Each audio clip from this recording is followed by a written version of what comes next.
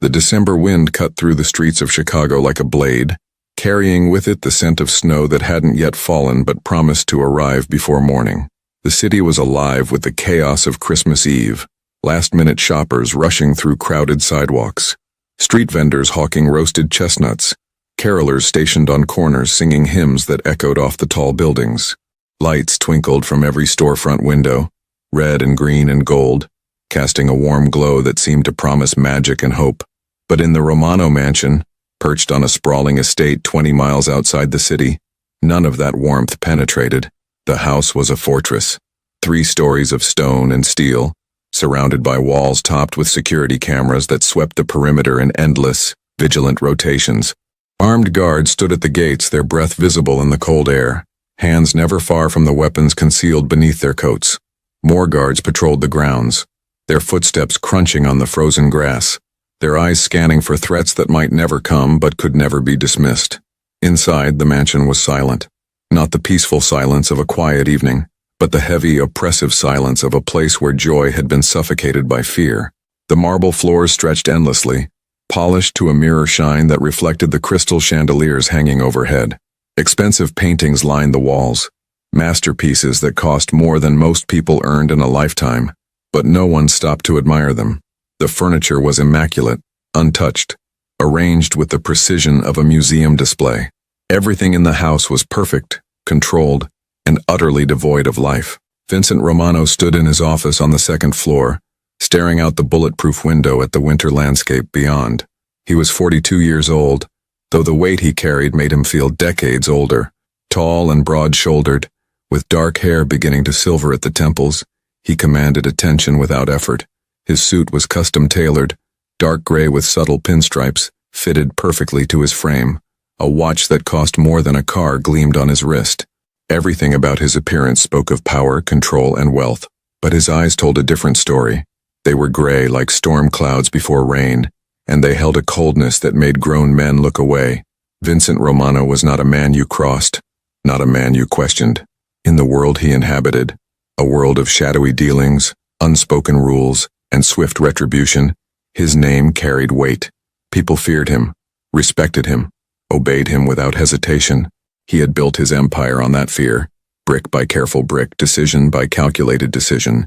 He'd made choices others couldn't stomach, eliminated obstacles others couldn't handle, and never once allowed sentiment to cloud his judgment. Until 6 years ago, until the twins were born. A soft knock on the door pulled him from his thoughts. "Come in," Vincent said, his voice low and measured. The door opened, and Marcus Chen entered. Marcus had been Vincent's head of security for 8 years, a former military specialist who'd found the private sector more profitable and less restrictive. He was compact and efficient, with sharp eyes that missed nothing, and a calm demeanor that never cracked under pressure. "The evening schedule, boss," Marcus said, approaching the desk and laying down a tablet. "Everything's confirmed. Route's been scouted 3 times. Teams briefed. We'll have 4 vehicles, 12 men total. Restaurant's been notified. They're clearing the back section like you requested." Vincent picked up the tablet, scanning the details with the same intensity he brought to every operation. Routes color-coded for risk levels. Backup plans labeled A through D. Medical evacuation protocols. Communication frequencies. Nothing was left to chance. "Time frame?" Vincent asked. 90 minutes, maximum. In at 7, out by 8:30. That gives us darkness both ways and minimal traffic. Vincent nodded slowly, setting down the tablet. "And the location's secure?" "As secure as any public place can be. Small family restaurant, been there 30 years. Owners, cooperative, understands the situation. No cameras inside except ours. Kitchen staff's been vetted. It's as clean as we're going to get for something like this. Something like this. Taking 2 6-year-old children to dinner on Christmas Eve. An act so simple, so ordinary for millions of families across the country. Yet for Vincent Romano it required the planning and resources of a military operation. "They've been asking about it all week," Vincent said quietly, almost to himself. "Emma, especially. She keeps signing outside and people and Christmas lights. I keep telling myself it's too risky, that anything outside these walls is too dangerous." Marcus was quiet for a moment, choosing his words carefully. "With respect, boss, they're 6 years old. They've barely left this property in their entire lives at some point." "At some point, what?" Vincent's voice sharpened. At some point I should just pretend the world is safe? That there aren't a dozen people out there who'd love nothing more than to hurt me by hurting them? No, sir. But isolation is its own kind of hurt. The words hung in the air between them. Vincent's jaw tightened, but he didn't respond. Instead, he turned back to the window, watching the sun sink lower on the horizon, painting the sky in shades of orange and purple. Marcus knew when to press and when to retreat. "I'll make sure everything's ready," he said, moving toward the door. 6:45 departure. "Marcus," Vincent called out, stopping him. "If anything feels wrong, anything at all, we abort. Immediately." "Understood, boss." The door closed with a soft click, leaving Vincent alone with his thoughts once more. 3 floors below in the mansion's east wing, the twins were in their playroom. It was the one room in the entire house that showed signs of actual life. Toys were scattered across the plush carpet, building blocks and stuffed animals and puzzles in various states of completion. A small table in the corner held art supplies, crayons and markers and papers covered in the enthusiastic scribbles of children still learning to control their small hands. The walls were painted a soft yellow, warmer than the cold whites and grays that dominated the rest of the house, and someone, probably the housekeeper, Mrs. Chen, had put up construction paper decorations for Christmas. Emma Romano sat cross-legged on the floor, her dark curls falling around her face as she concentrated on a puzzle. She had her father's gray eyes, though hers held none of his coldness, only curiosity and a brightness that persisted despite the limitations of her world. She wore a red sweater with a reindeer on it, specially chosen for tonight's outing, though she didn't fully understand where they were going or why it was special. Her brother Liam was at the window, his hands pressed against the glass as he stared at the grounds beyond. He was taller than his sister by an inch, with the same dark hair, but his mother's softer features, or so Vincent had been told. Vincent never spoke about their mother, and the twins had no memories of a woman they'd never known. Liam turned from the window and began signing rapidly to his sister, his small hands forming the shapes with the fluency of a native speaker. "Emma, look, snow, maybe." Emma looked up from her puzzle, her face brightening. She signed back, equally fluent. "Snow? Real snow? Not just cold? Sky looks like picture. From book. Remember?" Their communication was beautiful in its silence, a complete language that existed in movement and expression, in the tilt of a head and the speed of hands. Most people seeing them would notice only the absence of sound. They wouldn't understand that silence wasn't empty for Emma and Liam. It was simply different. The door opened and their tutor, Miss Sarah Winters, entered. She was a woman in her 60s, gray-haired and patient, who had been teaching the twins since they were 2 years old. She was one of only 3 people in the household who were fluent in American Sign Language, Vincent being another, though his signing was more functional than elegant, and Mrs. Chen knowing only basic phrases. "Good afternoon, my darlings," Miss Winters signed, her movements slow and clear. "Are we excited about tonight?" Both children rushed to her, their faces alight with an excitement that rarely had anywhere to go. "Where are we going?" Emma signed. "Father won't tell us, just says special place." "A restaurant," Miss Winters signed back. "A place where people go to eat dinner together, with tables and chairs and other families." "Other families?" Liam's eyes widened. "Other children?" Miss Winters hesitated. She knew the truth, that the restaurant would be carefully controlled, that the children would be kept separate from other patrons, that this outing was less about normalcy and more about the illusion of it, but she couldn't bring herself to dim the light in their eyes. "Perhaps," she signed, "but remember, we must stay with Father and the security team. We must listen and be careful. Always careful," Emma signed, and there was something sad in the gesture. "Always guards, always watching." Miss Winters knelt down, bringing herself to eye level with the little girl. "Your father loves you very much. Everything he does is to keep you safe." "Safe from what?" Liam signed. "We don't understand. What's out there that's so scary? How do you explain the reality of Vincent Romano's world to 6-year-old children? How do you tell them that their father's business, the sources of the wealth that surrounded them, the reasons for the guards and the walls, came with enemies? That there were people who would harm innocent children simply to send a message, to gain leverage, to strike at a man who had struck at them? You don't," Miss Winters thought. "You let them have their childhood innocence for as long as possible. The world can be complicated," she signed carefully. "But tonight, we're just going to have dinner and see Christmas decorations. Would you like to practice your table manners?" The children groaned in unison. a sound they could make even if they couldn't hear it, a vibration in their throats that expressed their feelings perfectly. Vincent entered the playroom at 6:30, precisely 15 minutes before departure. He changed from his business suit into something slightly less formal, dark slacks, a black sweater, a coat that concealed the firearm he never went without. His presence immediately changed the energy in the room, as it always did. Even his own children felt the weight of his authority. "Father," Emma signed, rushing to him. Liam followed more slowly, always the more cautious of the two. Vincent knelt down, bringing himself to their level, something he did consciously, remembering advice from a child psychologist he'd consulted years ago. Make yourself smaller. Meet them where they are. Show them they matter more than your power. "Are you ready for our adventure?" he signed, his movements less fluid than Miss Winters, but clear enough. "Yes," Emma signed enthusiastically. "Miss Winters says there will be decorations, and other people, and special food." "All of that," Vincent confirmed. "But remember our rules. You stay close to me. You hold hands with Miss Winters. You don't wander off. You don't approach strangers. Understood?" Both children nodded solemnly, signing their agreement. Vincent studied their faces, so young, so innocent, so completely dependent on him for everything. The weight of that responsibility was crushing sometimes. Every decision he made, every risk he calculated, every enemy he created in his business dealings, all of it had consequences that could touch these two small lives. Their mother would have handled this differently, he thought. Not for the first time. Isabella would have known how to balance protection and freedom, how to let them experience the world without drowning in fear. But Isabella had died bringing them into the world, and Vincent was left to figure it out alone. "Come," he signed, standing and offering each child a hand. "The cars are waiting." The convoy assembled in the circular driveway like a small military operation. 4 black SUVs, identical and unmarked, their windows tinted dark enough to be illegal in most states. The lead vehicle carried 3 security personnel. Vincent, the twins, and Miss Winters would ride in the second vehicle with Marcus driving, and another guard in the passenger seat.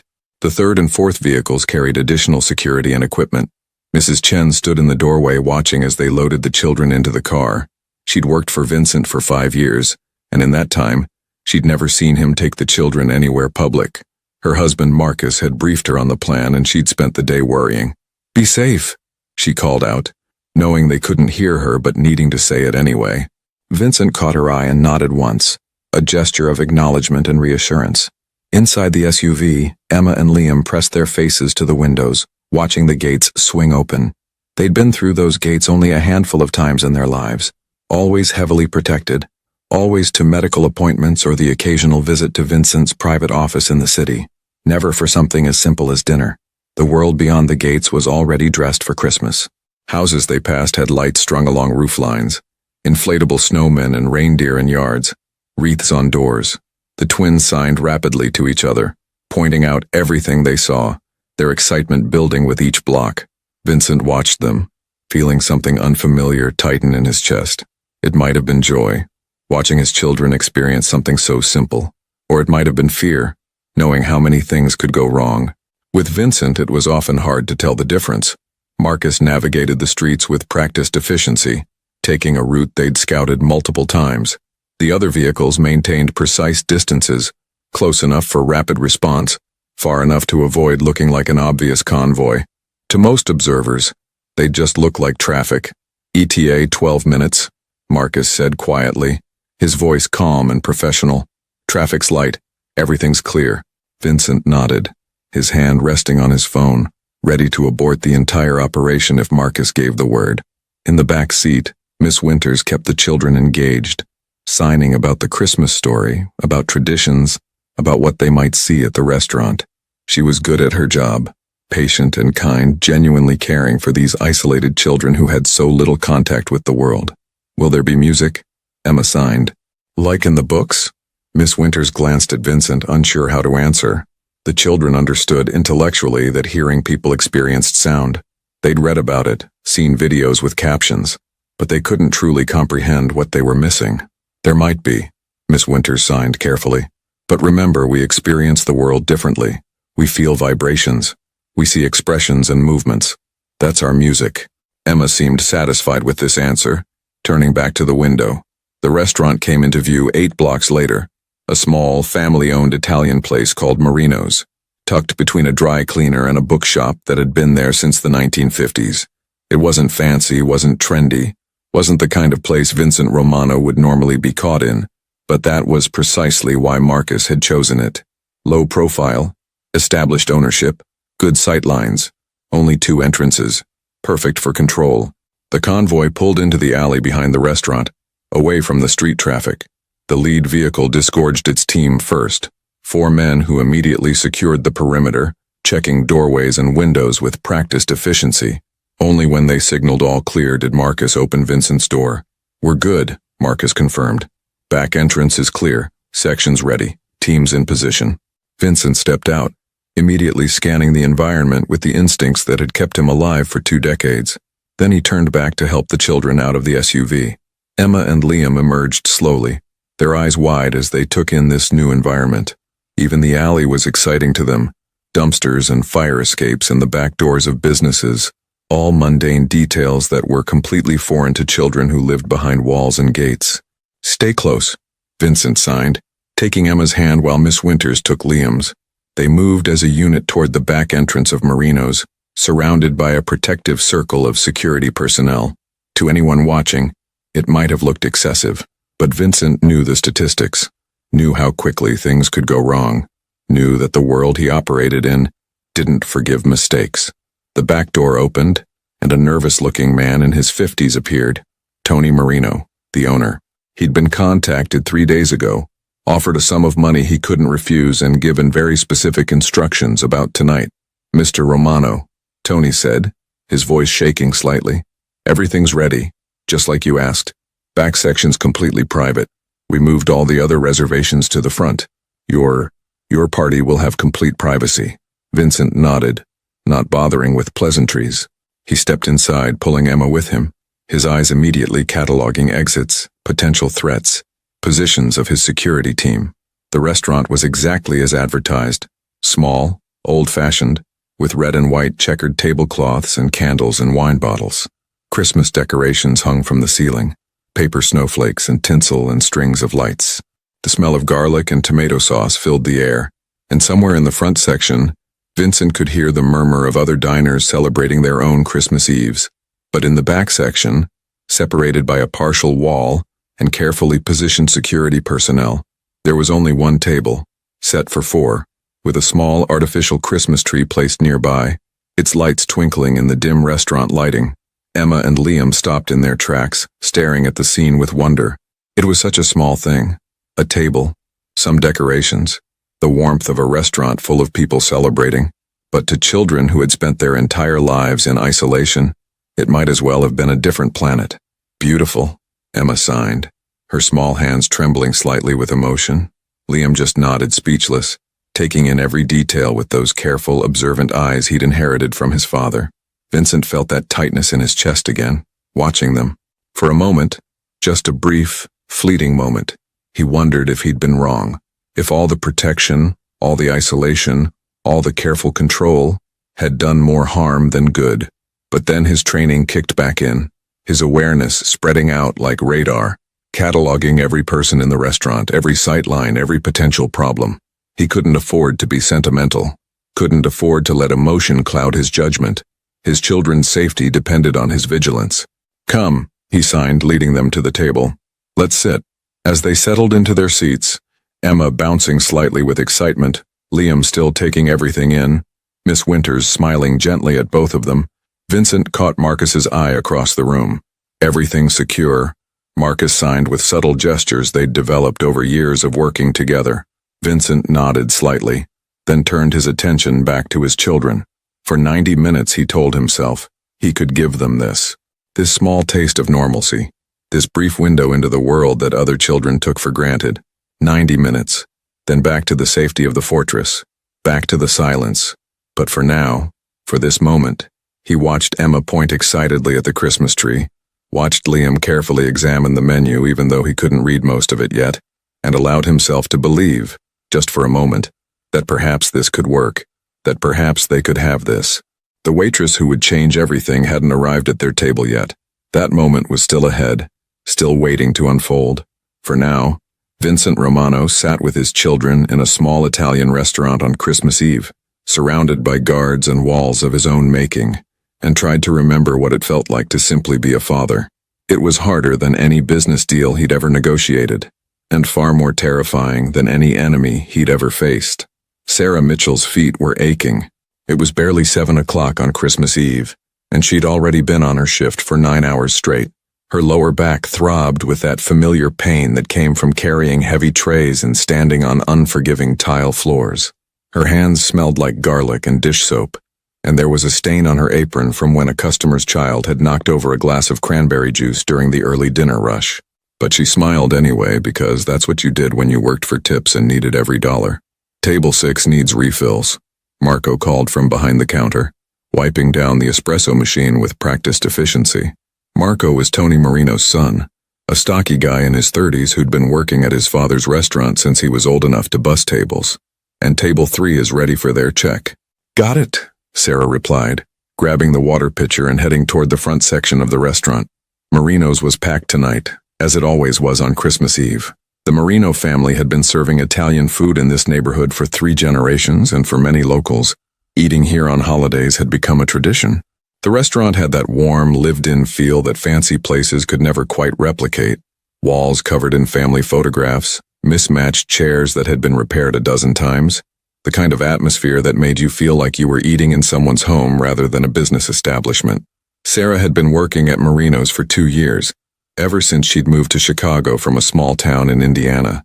It wasn't glamorous work, and the pay was barely enough to cover her tiny studio apartment and her brother's expenses. But Tony was a decent boss who didn't ask too many questions and let her pick up extra shifts when she needed them. And lately, she always needed them. She refilled water glasses at table 6, a family of 5 with 3 children under 10, all dressed in their Sunday best for the holiday. The youngest was signing something to her mother, and Sarah felt that familiar pang of recognition. The signs were clumsy, clearly still being learned, but Sarah understood them perfectly. "More bread, please," the little girl was signing. Her mother looked confused, trying to interpret the gestures. Sarah set down the pitcher and smiled at the child. "Would you like more bread?" She signed clearly, her movements fluid and natural. The little girl's face lit up with surprise and delight. "Yes, please, you can sign?" "I can." Sarah signed back, then spoke aloud for the parents' benefit. "I'll bring more bread right away." The mother's eyes glistened slightly. "Thank you," she said quietly. "We're still learning. She was diagnosed only 6 months ago and we're trying to keep up, but—" "You're doing great," Sarah said warmly. "She's very expressive. That's the most important thing." As Sarah walked back toward the kitchen, she thought about her brother Danny, who was probably at their apartment right now, watching Christmas movies with the captions turned on. Danny was 14, born profoundly deaf, and he'd been Sarah's responsibility since their parents died in a car accident 3 years ago. She'd been 25, working her way through community college, and suddenly she was a guardian, a sister trying to play parent, navigating a world of audiologists and social services and advocacy groups. It had been the hardest 3 years of her life, but Danny was thriving. He was in a good school, had friends, was learning and growing, and if Sarah had to work double shifts on Christmas Eve to make that possible, then that's what she'd do. "Sarah!" Tony's voice cut through her thoughts, urgent and low. He gestured for her to come to the kitchen, his expression tense in a way she'd never seen before. She pushed through the swinging door, worried something had gone wrong. "What's up, Tony? Everything okay?" Tony glanced around the kitchen where the cooks were busy with orders, then pulled Sarah aside near the dry storage area. "Listen, I need you to handle something for me tonight. Something unusual." "Okay," Sarah said slowly, her instincts prickling. "What kind of unusual?" "There's a private party in the back section. Very private, very important. They've requested complete discretion, and they're paying extremely well for it." Tony rubbed his face, looking uncomfortable. "I need you to be their server. Only you. No one else goes back there. You take their orders, bring their food, handle everything, and you don't talk about it afterward. Not to the other staff, not to anyone. Understood?" Sarah's unease grew. "Tony, what's going on? Who are these people?" "People who value their privacy," Tony said carefully. "Look, I can't tell you more than that, but I can tell you that everything's legitimate. There's nothing illegal happening, and you'll get a tip that'll probably cover your rent for 2 months. Can you do this?" Sarah thought about Danny, about the bills stacked on her kitchen counter, about the new hearing aid he needed that insurance only partially covered. She thought about her pride, her instincts that were telling her this was strange, possibly risky. Then she thought about reality. "Yeah," she said. "I can do it." Tony's shoulders sagged with relief. "Thank you. Just be professional, be quiet, and don't ask questions. They'll let you know what they need." He handed her a small notepad and pen, then pointed toward the partial wall that separated the back section from the main dining area. Sarah had worked here for 2 years and couldn't remember that section ever being closed off like this. She smoothed down her apron, tucked a strand of her light brown hair back into her ponytail, and took a deep breath. Whatever this was, she could handle it. She'd handled harder things. Sarah stepped around the partition and immediately understood why Tony had been nervous. The back section had been transformed. All the tables except one had been removed, creating an open space that felt more like a private dining room than part of a restaurant.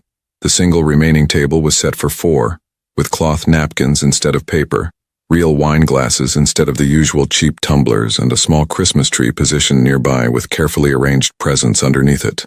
But what really caught her attention were the men. There were at least 5 of them positioned around the room's perimeter, standing rather than sitting, their postures alert and watchful. They were all wearing dark clothing, suits or tactical gear. She couldn't quite tell in the dim lighting, and they all had the same hard-eyed, observant look that made Sarah's instincts scream danger. Security. These were security personnel. What kind of family needed this level of protection for a Christmas Eve dinner? At the table sat a man who could only be described as commanding. He was in his 40s, broad-shouldered and impeccably dressed despite the casual setting. His dark hair was streaked with gray at the temples, and his face had the kind of sharp, angular features that would photograph well but seemed carved from stone in person. He sat with perfect posture, his hands resting on the table, his eyes scanning the room with the constant vigilance of someone who never truly relaxed. Next to him were 2 children, twins, Sarah realized immediately. A boy and a girl, maybe 6 years old, with matching dark curls and wide gray eyes that held a mixture of excitement and nervousness. They were dressed nicely, the girl in a red sweater and the boy in a button-down shirt, and they were looking around the room with the wonder of children who didn't get out much. An older woman sat on the children's other side, gray-haired and gentle-looking, her posture protective as she kept one hand on each child's shoulder. Sarah approached the table, her professional smile in place despite her racing thoughts. "Good evening. Welcome to Marino's. My name is Sarah, and I'll be taking care of you tonight. Can I start you off with something to drink?" The man, clearly the father, looked at her with those cold gray eyes, assessing her in a way that made her feel like she was being catalogued and evaluated for threats. Water for everyone. No ice in the children's glasses. His voice was low and controlled, the kind of voice that was used to giving orders and having them followed without question. "Of course," Sarah said, writing it down even though it was simple enough to remember. "I'll be right back with those." As she turned to leave, she noticed something.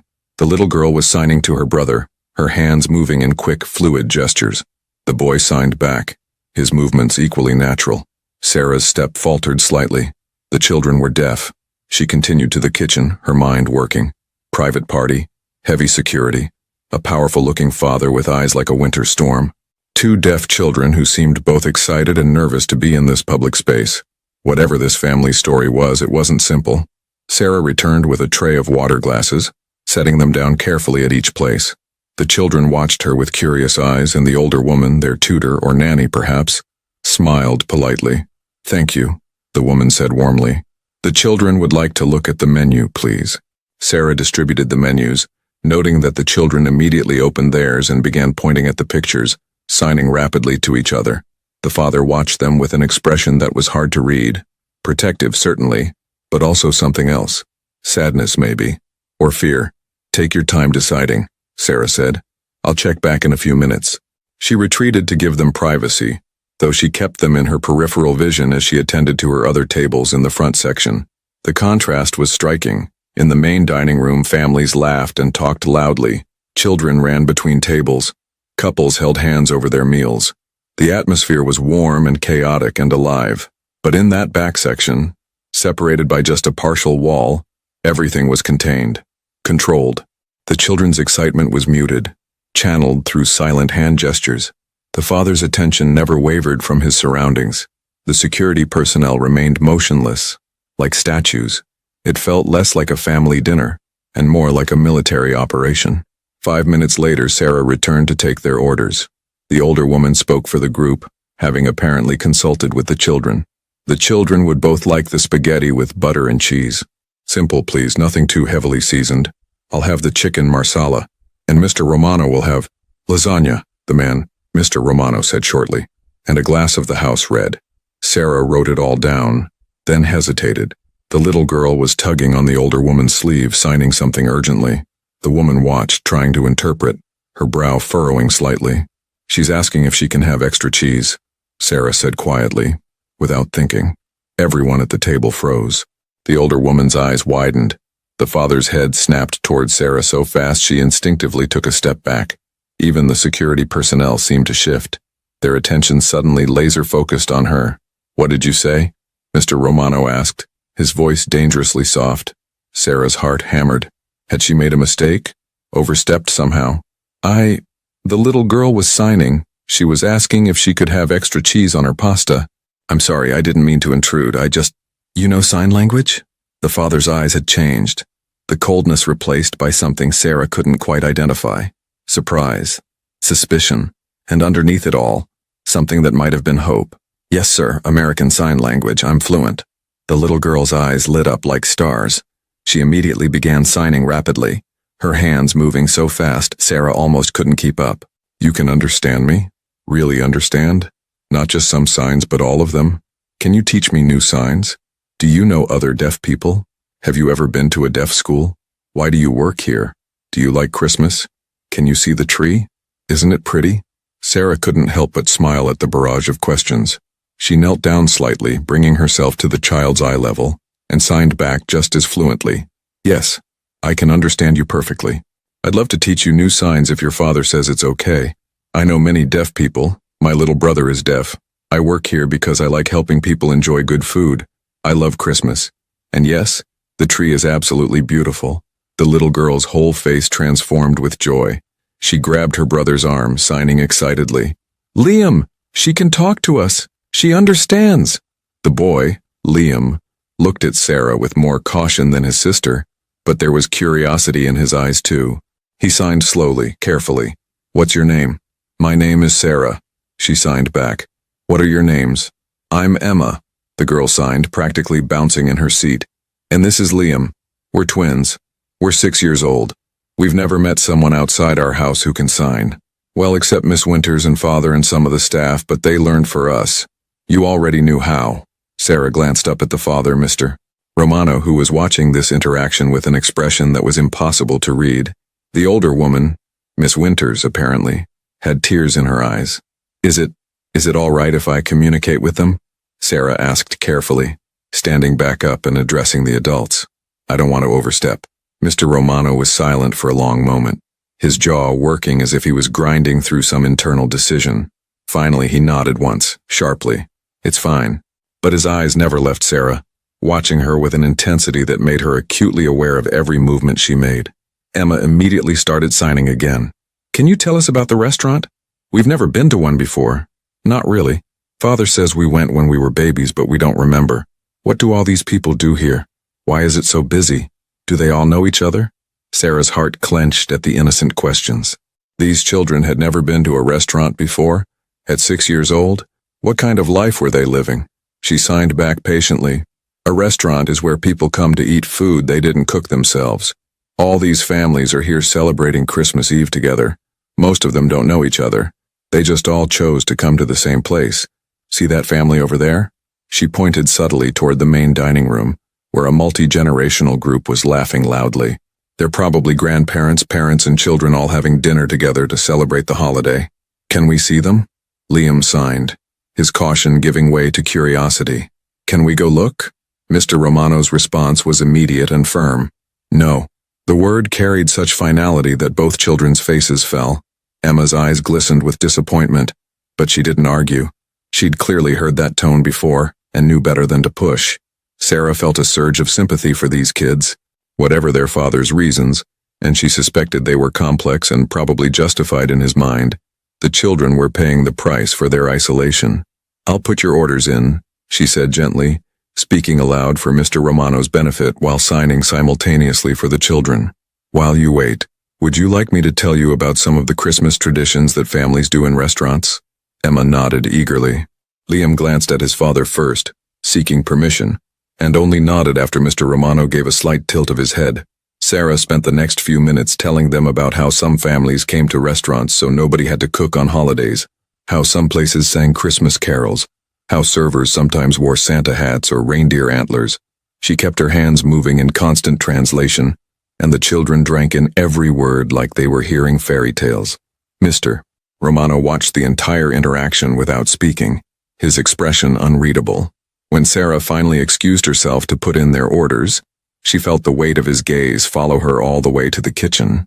Marco was plating salads when Sarah pushed through the kitchen door. He looked up, grinning. How's the mysterious VIP table? They gonna tip you enough to retire? They're interesting, Sarah said carefully, clipping the order ticket to the line. Family with 2 kids. Pretty private. Tony said you're not supposed to talk about them, Marco reminded her, but his tone was more curious than chiding. I'm not talking about them. I'm just saying they're a family. Sarah grabbed a tray and started loading bread baskets. How's the rush looking? We gonna clear out soon? Probably another hour. Everyone wants to finish dessert before heading to midnight services. Marco paused. Hey, you okay? You look kind of shaken. Sarah forced a smile. I'm fine. Just tired. But she wasn't fine. Something about that table. About those children who'd never been to a restaurant. About that father who looked at the world like it was constantly threatening his family. About the security team that seemed excessive for even a wealthy family's protection. Bothered her deeply. Those kids deserved better than isolation, no matter how dangerous their father's world might be. When their meals were ready, Sarah loaded them onto a tray and carried them back to the private section. The family was talking, or rather signing, among themselves. Emma was telling some animated story, her hands flying, while Liam watched with that serious expression he seemed to wear like armor. Miss Winters was smiling, and even Mr. Romano's face had softened slightly. Sarah set down the plates, making sure to put the extra cheese on Emma's pasta as requested. The little girl's face lit up when she saw it. Thank you, she signed enthusiastically. This looks perfect. You're very welcome, Sarah signed back. Enjoy your dinner. As she turned to leave, Liam signed a question. Sarah, do you celebrate Christmas with your brother?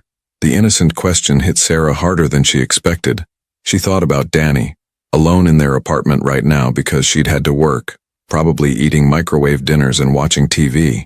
We celebrate when I get home from work, she signed back, keeping her smile in place. Late Christmas is still Christmas. Emma's face fell sympathetically. You have to work on Christmas? That's sad. It's okay, Sarah signed. Helping families like yours enjoy their holiday makes it worth it. Mr. Romano spoke for the first time since she'd returned. That's very dedicated of you. His tone was neutral, but there was something in his eyes.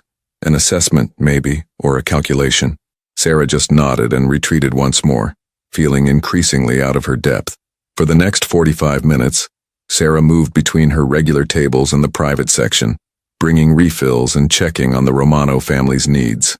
Every time she approached their table, the children would light up, signing questions or observations. Emma wanted to know why some people used forks and some used spoons for their pasta. Liam asked about the Christmas tree decorations and what they represented. Both children were endlessly curious about the world beyond their isolated existence, and Sarah found herself drawn into longer conversations than she probably should have been having during a busy shift. But she couldn't help it. These kids were hungry for connection, for normalcy, for someone outside their controlled environment who understood them. And Mr. Romano, he was an enigma. He barely ate his own meal, his attention constantly divided between his children and the room around them. But Sarah noticed that every time she signed with the kids, his posture would relax fractionally, as if seeing them happy eased some internal tension. When she brought dessert menus, Emma immediately pointed to the chocolate cake with ice cream. Liam chose the tiramisu.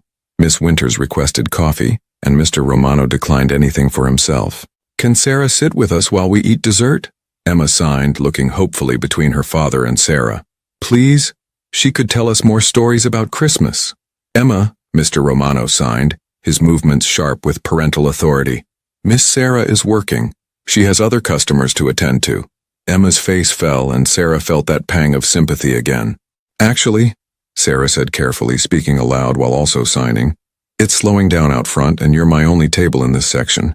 If it's all right with your father, I could sit for a few minutes while you enjoy your desserts. She had no idea what possessed her to make the offer.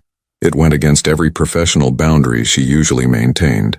But something about these children called to her, maybe because they reminded her of Danny when he was younger, lonely and isolated, desperate for connection with people who understood.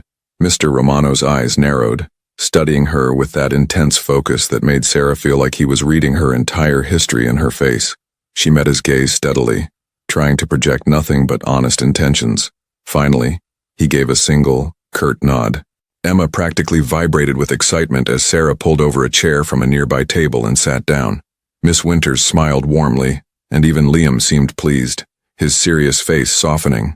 "Tell us about your brother," Emma signed immediately. "Is he nice? Do you play games together? Does he go to a special school?" Sarah thought about how to answer, aware that Mr. Romano was listening to every word, even though she was signing. "Danny is 14. He's funny and smart and sometimes drives me crazy, like all brothers do. We play video games together. Lots of games have visual cues and subtitles now, so we can both enjoy them.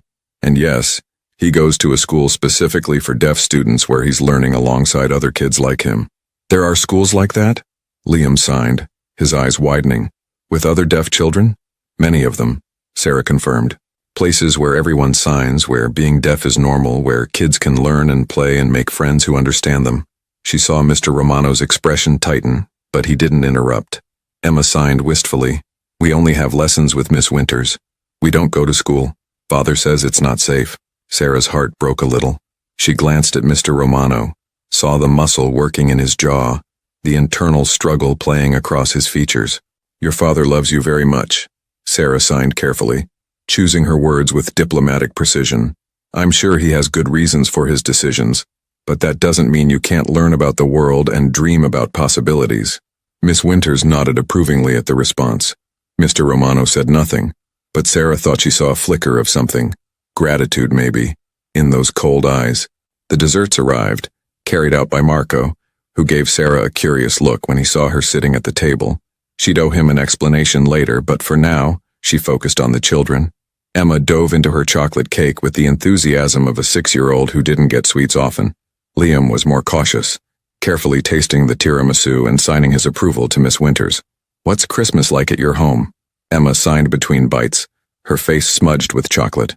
"Do you have a big tree? Lots of presents? Do people come visit?" Sarah thought about her small apartment, the modest tree she and Danny had decorated with ornaments from the dollar store, the handful of presents she'd scrimped and saved to buy. "Our tree is smaller than yours, but we decorated it together, which made it special. We don't have lots of presents or visitors, but we have each other. That's what matters most." "Do you and Danny talk in signs all the time?" Liam asked. "Even when you're alone?" "Mostly," Sarah confirmed. "Sometimes I'll speak while signing, but Danny is my primary language partner, so signing is natural for us. It's how we communicate best. Father learned to sign for us." Emma signed, looking at Mr. Romano with clear adoration. "He practices every day to get better. Miss Winter says he's very dedicated." Sarah glanced at Mr. Romano, saw him shifting uncomfortably with the praise. "That's wonderful," she signed. "Learning a new language as an adult is difficult. It shows how much he cares about connecting with you." For the first time all evening, Mr. Romano's expression softened genuinely. It transformed his face, making him look younger, less dangerous, almost vulnerable. "They're worth any effort," he said quietly, and though the words were simple, they carried enormous weight. The moment hung in the air, intimate and revealing, before one of the security personnel stepped forward and murmured something in Mr. Romano's ear. Immediately, the softness vanished. The walls went back up. Mr. Romano checked his watch and nodded curtly. "We need to leave," he announced, signing simultaneously for the children. "It's getting late." "Already?" Emma signed, disappointed. "But we were having such a nice time. We've been here 90 minutes. Mr. Romano responded, his tone brooking no argument. That was the agreement. 90 minutes. Precisely the time frame Tony had mentioned. This entire evening had been planned down to the minute. Sarah stood, stepping back to give them space. "I'll get your check." "That won't be necessary," Mr. Romano said, pulling a money clip from his pocket. He counted out bills without looking at them. Hundreds, Sarah realized with shock, and placed them on the table. It was easily 4 or 5 times what the meal cost. Sir, that's too much, Sarah protested automatically. Consider it compensation for your time, Mr. Romano replied, standing. And for your discretion. We were never here. You never saw us. Understood? There was no threat in his voice, but there didn't need to be. The message was clear. Understood. Sarah agreed. Emma rushed forward, grabbing Sarah's hand. Thank you for talking to us, she signed with one hand, tears glistening in her eyes. This was the best night ever. Liam joined his sister, signing more formally. It was an honor to meet you, Miss Sarah. Thank you for making us feel normal. The words pierced Sarah's heart. These children just wanted to feel normal. And apparently, 90 minutes in a restaurant with someone who could communicate with them naturally was the highlight of their isolated lives. It was my honor, Sarah signed back, crouching down to their level. You two are wonderful kids. Don't ever forget that you deserve happiness and connection, and all the normal things other children have. She saw Mr. Romano tense at the implicit criticism in her words, but she didn't take them back. These kids needed to hear it. Miss Winters gathered the children, preparing to leave. The security team moved into formation around them, creating that protective bubble again. Mr. Romano paused before following them, looking at Sarah with an expression she couldn't read. You were kind to my children tonight. That's not something I'll forget. They're easy to be kind to, Sarah replied. They're good kids who deserve more than... She stopped herself, knowing she was overstepping. More than what? Mr. Romano asked, his voice dangerously quiet. Sarah met his eyes, refusing to back down despite every instinct screaming at her to be careful. More than walls and isolation. They deserve friends and experiences and the chance to be children in the real world. For a moment she thought she'd gone too far. Mr. Romano's face hardened, and she could feel the tension radiating from the security team. Then, unexpectedly, he nodded slightly. Perhaps you're right, but the real world is dangerous for children like mine. More dangerous than you could possibly understand. Maybe, Sarah conceded, but a cage is still a cage, even if it's gilded and well-intentioned. The words hung between them, challenging and honest. Mr. Romano's jaw tightened, but he didn't respond. Instead, he pulled a business card from his pocket and placed it on the table next to the cash. If you're ever in need of work that pays better than this, call that number. Ask for Marcus, tell him Vincent sent you. Vincent. So that was his first name. I'm fine where I am, Sarah said, though she pocketed the card anyway. Rent was rent after all. The offer stands regardless. Vincent Romano turned to leave, then paused once more. And Miss Mitchell, yes, I know your name, I know where you live, and I know about your brother. If I were a different kind of man, that knowledge might worry you. But I'm giving you my word that no harm will come to you or your family as a result of tonight. You showed my children kindness when you didn't have to. That means something. The casual revelation that he'd investigated her should have been terrifying. Instead, Sarah just felt tired. I showed them kindness because they're kids who needed it, not because I wanted anything from you. I know, Vincent said quietly. That's precisely why it matters. He walked away, and the Romano family disappeared into the cold December night, surrounded by their security detail, leaving Sarah standing alone in the empty back section with a table full of cash and more questions than answers. Marco found her 5 minutes later, still standing there staring at the money on the table. Holy, he breathed, seeing the bills. Sarah, how much did they leave you? Too much, Sarah murmured, finally moving to collect the cash. She counted it quickly. $800. For 90 minutes of work. Who were they? Marco asked. Celebrities? Politicians? Some kind of witness protection family? I don't know, Sarah lied, remembering Vincent's request for discretion. Just a private family who valued their privacy. She cleaned the table mechanically, her mind replaying the evening. Those children's faces when they realized she could communicate with them. The way Emma had hugged her before leaving. Liam's careful thank you. Vincent Romano's cold eyes that had briefly shown warmth when he looked at his kids. And his warning about the real world being dangerous for them. What kind of life did that man live that required such extreme security? What had he done, or what had been done to him, that made him believe his children couldn't safely experience a normal childhood? Sarah finished her shift in a daze, deflecting Marco's questions, avoiding Tony's knowing looks. When she finally clocked out at 10:30, She stood in the cold December air outside Marino's, the business card heavy in her pocket. She should throw it away, should forget this entire strange encounter. But she thought about Emma and Liam, trapped in their fortress of safety, desperate for connection with the world. And she thought about Vincent Romano's face when his children smiled. Sarah pulled out her phone and called Danny. "Hey." She signed into the video call when his face appeared on screen. "Merry Christmas. I'm coming home. Want to watch a movie?" Danny's face lit up and he signed back enthusiastically. "Finally, I've been waiting all night. Everything okay? You look weird." "Yeah," Sarah signed, smiling despite everything. "Just had an interesting night at work. I'll tell you about it later. Love you." "Love you too," Danny signed back. As Sarah walked toward the bus stop, snow finally beginning to fall on Chicago's streets, she made a decision. She didn't know what Vincent Romano's story was, and she probably never would. But if those children ever needed someone who understood them, someone outside their isolated world, she'd keep the card, just in case. Because every child deserved at least one person who saw them as more than a security risk. Even the children of dangerous men.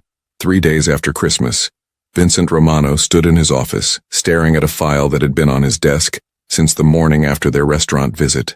Sarah Mitchell, 28 years old, guardian to her younger brother Daniel Mitchell, age 14, profoundly deaf since birth, parents deceased 3 years prior in a traffic accident, no criminal record, no outstanding debts beyond normal student loans, worked at Marino's for 2 years, consistent employment history before that, lived in a modest studio apartment in a decent neighborhood.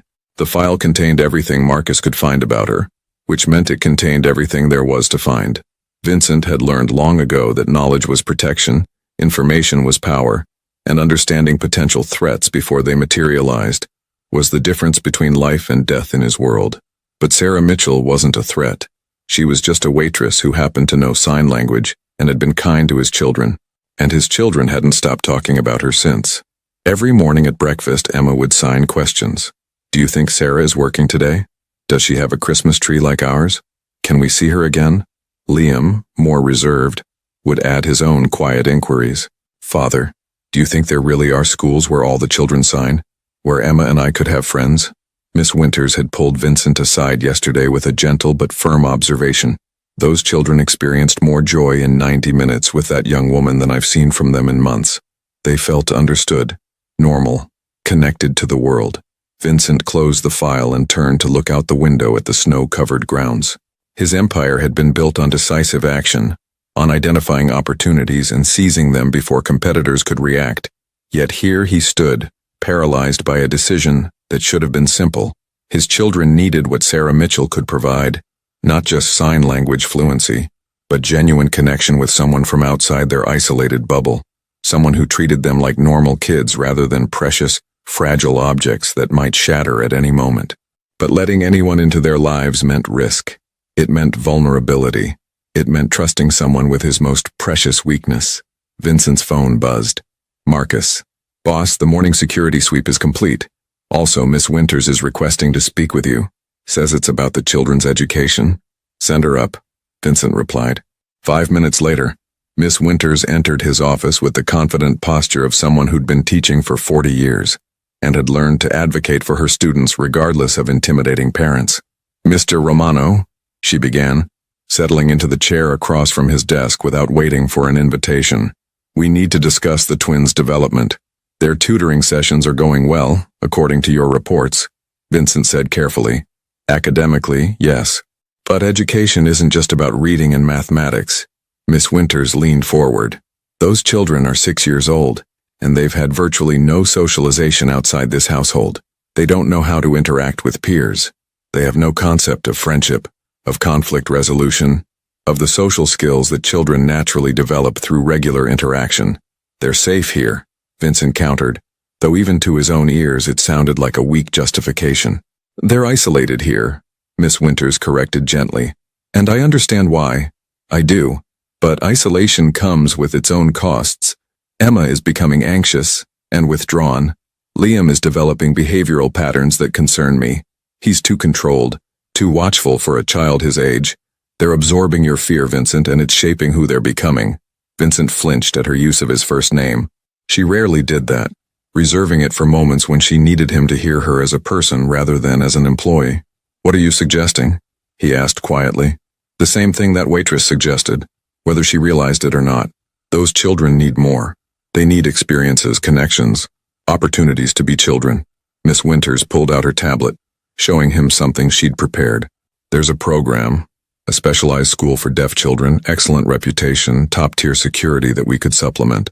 Or if that's too much, we could start smaller. Arrange play dates with other deaf children from families we've vetted. Hire additional tutors who specialize in socialization. Or," Vincent said slowly, the decision crystallizing even as he spoke, "we could bring Sarah Mitchell here, regularly. Let her spend time with the children in a controlled environment where I can ensure everyone's safety." Miss Winters blinked in surprise, then smiled. "That's actually a wonderful idea. She clearly has a gift with them, and her brother's experience could provide valuable perspective. But Vincent, that can't be the only step. It needs to be the first step toward gradually opening their world." "One step at a time," Vincent agreed. "Let me think about the rest." After Miss Winters left, Vincent sat in silence for another 10 minutes before picking up his phone. "Marcus, I need you to make contact with Sarah Mitchell, discreetly. Feel out whether she'd be interested in a private tutoring arrangement." "Tutoring arrangement?" Marcus's voice carried a note of surprise. "Boss, are you sure that's wise?" "No," Vincent admitted, "but I'm doing it anyway. My children deserve more than fear. They deserve a chance at happiness." "Understood. I'll reach out today." Vincent ended the call and returned to staring at Sarah's file. He was inviting a stranger into his home, into his children's lives, based on nothing more than 90 minutes of observation and his children's smiles. In his world, such decisions usually ended badly, but when he closed his eyes, he saw Emma's face lighting up when Sarah signed to her. He heard Liam's quiet question about schools where deaf children could have friends. Some risks were worth taking, even for a man who'd built his life on eliminating risk. Sarah was restocking napkin dispensers when her phone rang with an unknown number. She almost ignored it, probably a spam call, but something made her answer. "Miss Mitchell? This is Marcus Chen. We met briefly on Christmas Eve at Marino's. I work for Vincent Romano." Sarah's heart rate spiked. She glanced around the empty restaurant. It was 2 in the afternoon, the dead zone between lunch and dinner, and stepped into the storage room for privacy. "I remember," she said cautiously. "Is everything all right? The children are fine. Better than fine, actually. They haven't stopped talking about you." Marcus's voice was professional but not unfriendly. "Mr. Romano would like to discuss a business proposition with you. Would you be available to meet with him tomorrow?" "A business proposition?" Sarah's mind raced. What kind of proposition? He'd prefer to discuss it in person, but I can tell you it involves spending time with Emma and Liam. Compensated time, at a rate significantly higher than your current employment. Sarah leaned against the storage shelves processing this. Vincent Romano wanted to hire her to spend time with his children. The man who'd had her investigated, who lived behind walls and security teams, who clearly operated in a world she couldn't begin to understand. "I don't know," she said honestly. "I appreciate the offer, but I have a job here, and a brother to take care of and—" "Miss Mitchell?" Marcus interrupted gently. "I understand your hesitation. Believe me, I advised caution myself, but those children need what you can provide. Not just sign language instruction. They have that. They need connection with someone who treats them like normal kids, someone who understands their world but isn't afraid of it." "I saw them for 90 minutes, Sarah protested. "You don't know that I'm the right person for this. Mr. Romano does extensive research before making any decision. He knows your background, your character, your capabilities, and more importantly, his children responded to you in a way they haven't responded to anyone outside their immediate household." Sarah thought about Emma's hug, about Liam's careful thank you, about 2 isolated children desperate for connection. She thought about the $800 in her bank account that had covered Danny's new hearing aid and the overdue electric bill. She thought about Vincent Romano's cold eyes and his admission that the real world was too dangerous for his children. "If I agree to meet with him," Sarah said slowly, "it's just a meeting, no commitments. And I want to know exactly what this proposition involves before I make any decisions." "Completely reasonable," Marcus agreed. "Tomorrow at 2, I can send a car to pick you up." "No car," Sarah said firmly. "Give me an address, and I'll take public transportation. I'm not getting into vehicles with strangers no matter how well-intentioned." She heard what might have been a chuckle. "Smart. I'll text you the address. It's a coffee shop in Lincoln Park, public and safe. Mr. Romano will meet you there. After hanging up, Sarah stood in the storage room for a long moment, staring at her phone. This was insane. She should delete the text when it came. Forget about the Romano family. Focus on her own life. But she kept seeing Emma's face, hearing her sign. This was the best night ever. Every child deserved more than walls and isolation, even if helping them meant stepping into a world she didn't understand. Sarah pulled out her phone and called Danny. "Hey," she signed when he answered. "I need your advice about something weird." The next afternoon, Sarah arrived at the coffee shop 15 minutes early, wanting to scope out the location and settle her nerves. The place was upscale but not ostentatious. Exposed brick walls, local art displays, the smell of expensive espresso filling the air. Vincent Romano sat in the back corner, positioned so he could see both exits. He wore civilian clothes, dark jeans and a sweater, but somehow still looked like he was conducting a business deal. Two of his security team sat at separate tables, trying and failing to look like normal customers.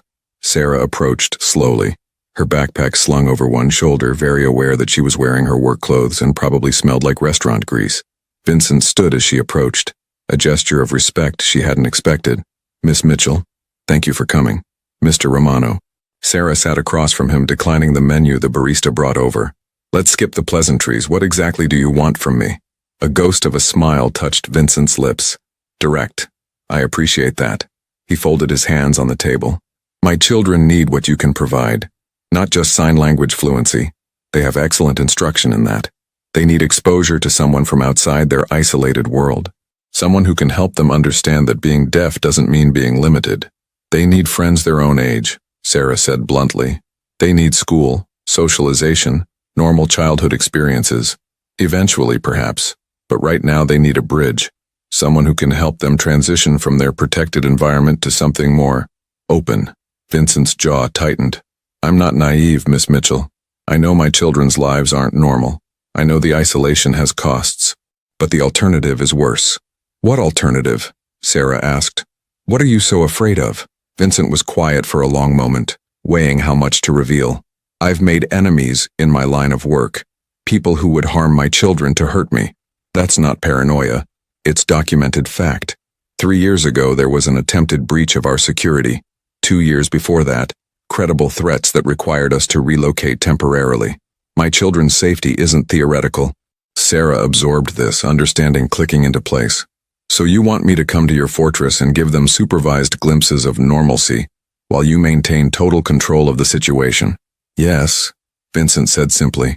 3 times a week, 3 hours per session.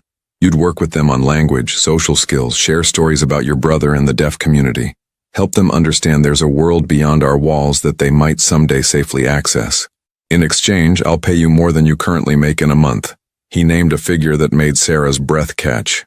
"That's too much," she said automatically. "That's what their happiness is worth to me." The simple honesty in his voice disarmed her. This dangerous man with his security team and his secrets just wanted his children to smile. "I'd need to bring Danny sometimes," Sarah said. "My brother. He could help them see what life as a deaf teenager looks like.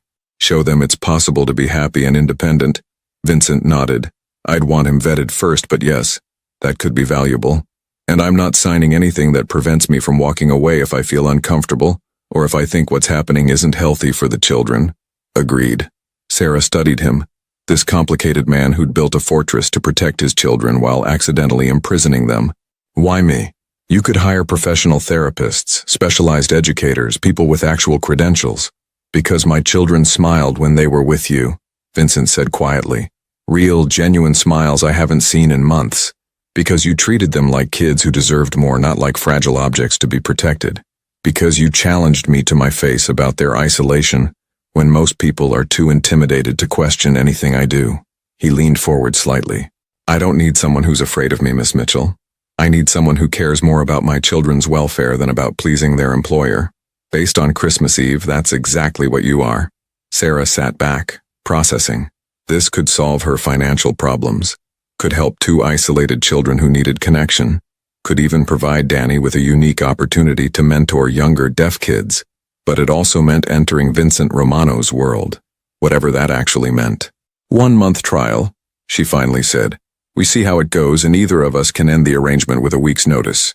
And I want complete honesty from you about any safety concerns. If there's a credible threat, I need to know so I can make informed decisions. Deal, Vincent said immediately. When can you start? After I talk to Danny and think about this for 24 hours. Sarah stood, slinging her backpack over her shoulder.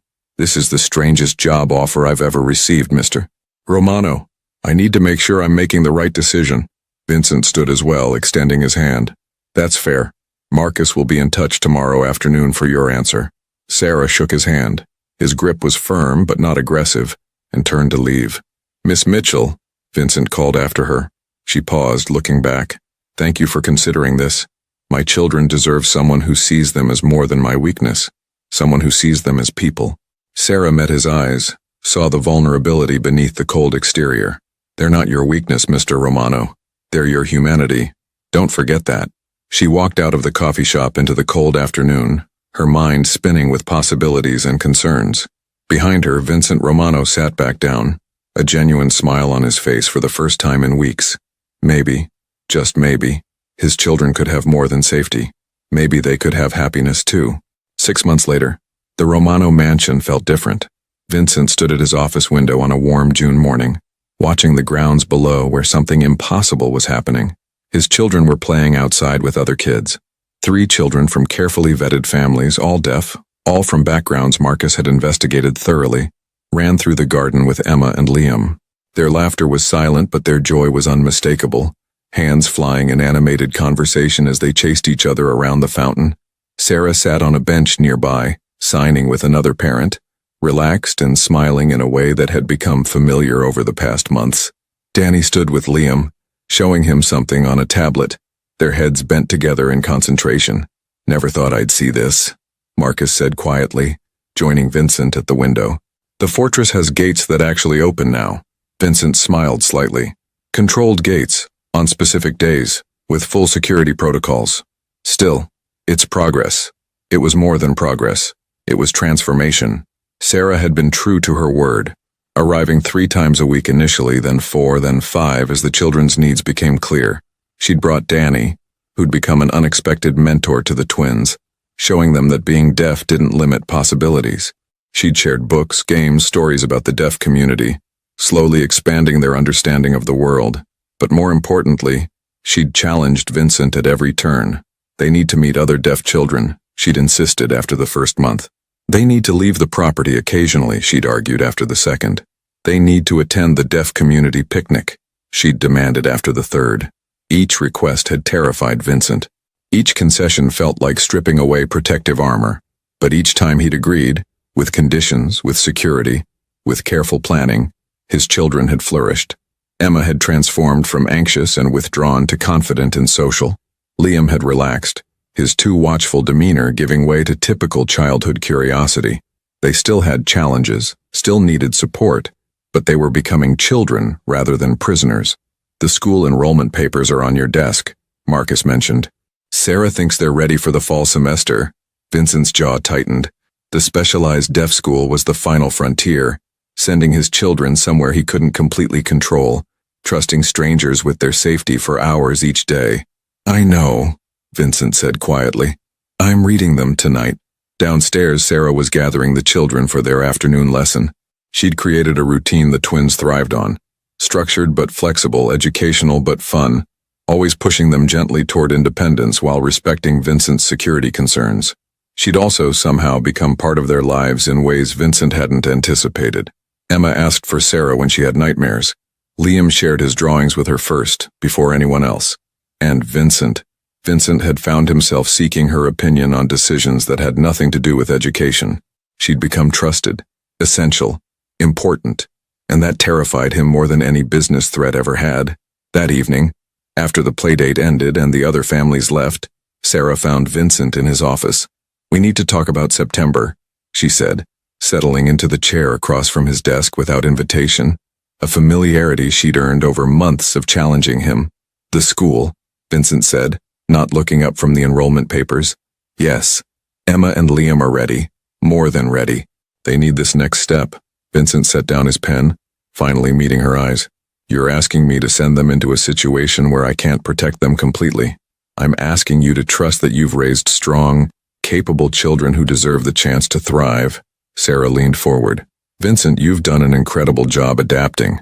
6 months ago, these kids barely left the property. Now they have friends, experiences, confidence, but they can't stay in this bubble forever. What if something happens?" Vincent's voice was raw with honest fear. "What if my enemies? What if they grow up so protected that they can't function in the world?" Sarah interrupted. "What if your fear damages them more than any external threat could?" The words hung between them, challenging and true. Vincent looked past her to the window, where twilight was painting the sky in shades of purple and gold. "Their mother would know what to do," he said quietly. "She would have balanced everything perfectly. I'm just improvising." "You're doing better than improvising," Sarah said gently. "You're learning to be the father they need, not just the protector you think they require. That takes courage." Vincent met her eyes, seeing understanding there rather than judgment. "When did you become so wise about parenting?" "When I became Danny's guardian at 25 with no idea what I was doing." Sarah smiled. "We're both just figuring it out as we go. The difference is you're finally willing to admit it." Silence stretched between them, not uncomfortable but weighted with unspoken things. "Enroll them," Vincent finally said. "Full security detail, vetted teachers, emergency protocols in place. But yes, they can attend school." Sarah's face lit up. "They're going to be so excited. Don't tell them yet. I need time to prepare." Vincent hesitated, then added, "Thank you, Sarah, for pushing me, for seeing what they needed when I was too afraid to look. That's what friends do," Sarah said simply, standing to leave. "Friends," Vincent repeated, tasting the word. He had employees, associates, business connections. But friends? That was a category he'd thought closed to him years ago. Sarah paused at the door. "Vincent, your children aren't your weakness. They never were. They're your strength. They're the reason you're becoming a better man." After she left, Vincent sat in the gathering darkness, thinking about transformation and trust and the terrifying beauty of letting go. 3 months later, on the first day of school, Vincent stood with Sarah at the entrance to the Chicago School for the Deaf, watching Emma and Liam walk through the doors with their new backpacks and nervous smiles. Security was everywhere. His team, the school's protocols, emergency plans that had taken weeks to finalize. But for once, Vincent wasn't focused on the risks. He was watching his children step into their future. "They'll be fine," Sarah said quietly, her hand briefly touching his arm. "I know," Vincent replied, surprised to find he meant it. Emma turned back at the door, signing across the distance. "Love you, Father," Liam added. "Thank you for letting us come." Vincent signed back, his movements steady despite the emotion threatening to overwhelm him. "I love you both. Be brave." As his children disappeared into the school, into their new life, Vincent felt something shift fundamentally inside him. Fear would always be there. Vigilance would never completely fade. But now there was something else too. Hope. Hope that his children could be safe and happy, protected and free, loved and independent. "Thank you," he said to Sarah, meaning it with everything he had. "You did this," Sarah replied, smiling. "I just helped you see it was possible." They stood together in the morning sunshine, watching the school doors, both knowing this wasn't an ending. It was a beginning. For Emma and Liam, who were finally experiencing the childhood they deserved. For Vincent, who was learning that love meant letting go as much as holding on. And for Sarah, who'd walked into a fortress and helped transform it into a home. The Mafia boss's twins were born deaf, and what started with a simple act of kindness on Christmas Eve had changed everything. Not through magic or miracles, but through connection, courage, and the revolutionary act of seeing children as people, rather than possessions.